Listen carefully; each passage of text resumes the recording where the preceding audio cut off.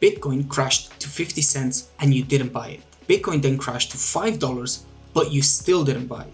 Later on, Bitcoin crashed to $50 and again you said no thank you. Bitcoin then continued to crash to $500, $5,000 and even $50,000 and you still refused to buy it every single time. And just the other day, Bitcoin crashed to $60,000 from its all-time high of $126,000. So basically, it suffered a 52% correction over the last 4 months, which is brutal any way you look at it. But your reaction right now is probably the same as it was before. You look at it and you still refuse to buy it because it's dead or whatever. But what you're doing is making the same mistake as you did before. You are refusing to buy an asset that is proven to keep going higher and higher despite suffering 70% or more drawdowns multiple times in the past. You probably do regret not buying it when it crashed before, but you still see it as not being a good opportunity to buy it right now. Maybe you think it will drop even lower from here, or you might see it as being expensive. The problem is, you probably saw Bitcoin as being expensive even at $5,000, but you would happily buy it for that much today, right? The truth is, Bitcoin is extremely cheap under $100,000. In fact, it's cheap even under $1 million,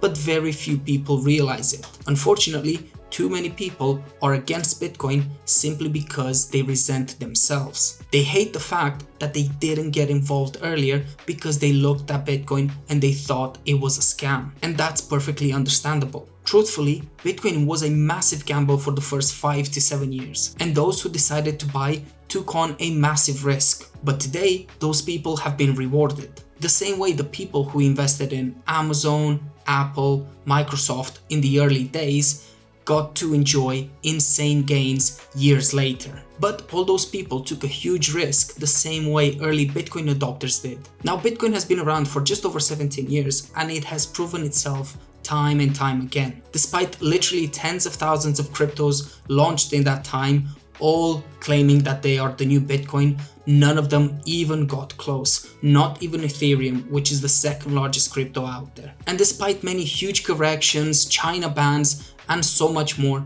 Bitcoin continued to grow in adoption and in value. Reaching 100k per BTC was seen as being absolutely impossible, yet it happened. Being adopted as a reserve asset by a country or a corporation was also seen as a pipe dream. But now we have countries like El Salvador and corporations like Strategy that hold Bitcoin in their treasuries. So it's probably time for you to wake up to the reality that Bitcoin isn't going anywhere and it's only going to continue growing. That's pretty much guaranteed as long as the network stays decentralized and secure, which has been the case since its inception. Not to mention, fiat currencies are 100% mathematically guaranteed to continue losing purchasing power, and that's a feature, not a bug, of the fiat monetary system. And there's no stopping that, no matter what politicians tell you. So everything that is scarce and desirable will continue to go up in price the more fiat currency units get printed into existence. And Bitcoin is one of the assets that will benefit the most from monetary debasement. Not just because it's absolutely scarce and nobody can create more of it, but because it's an independent form of money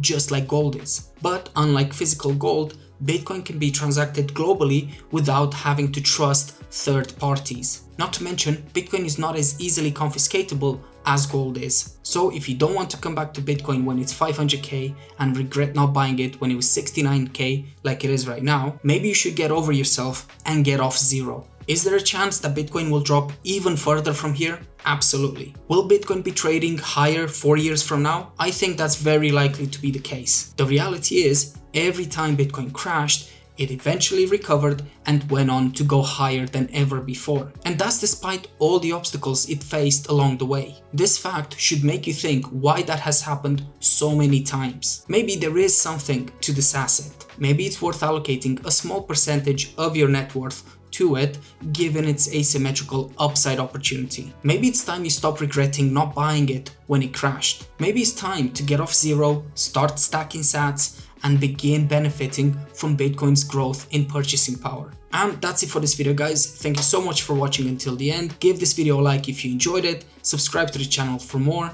and leave your thoughts below in the comment section. Until next time, keep stacking, keep hodling, and remember that a Bitcoin DCA keeps poverty away.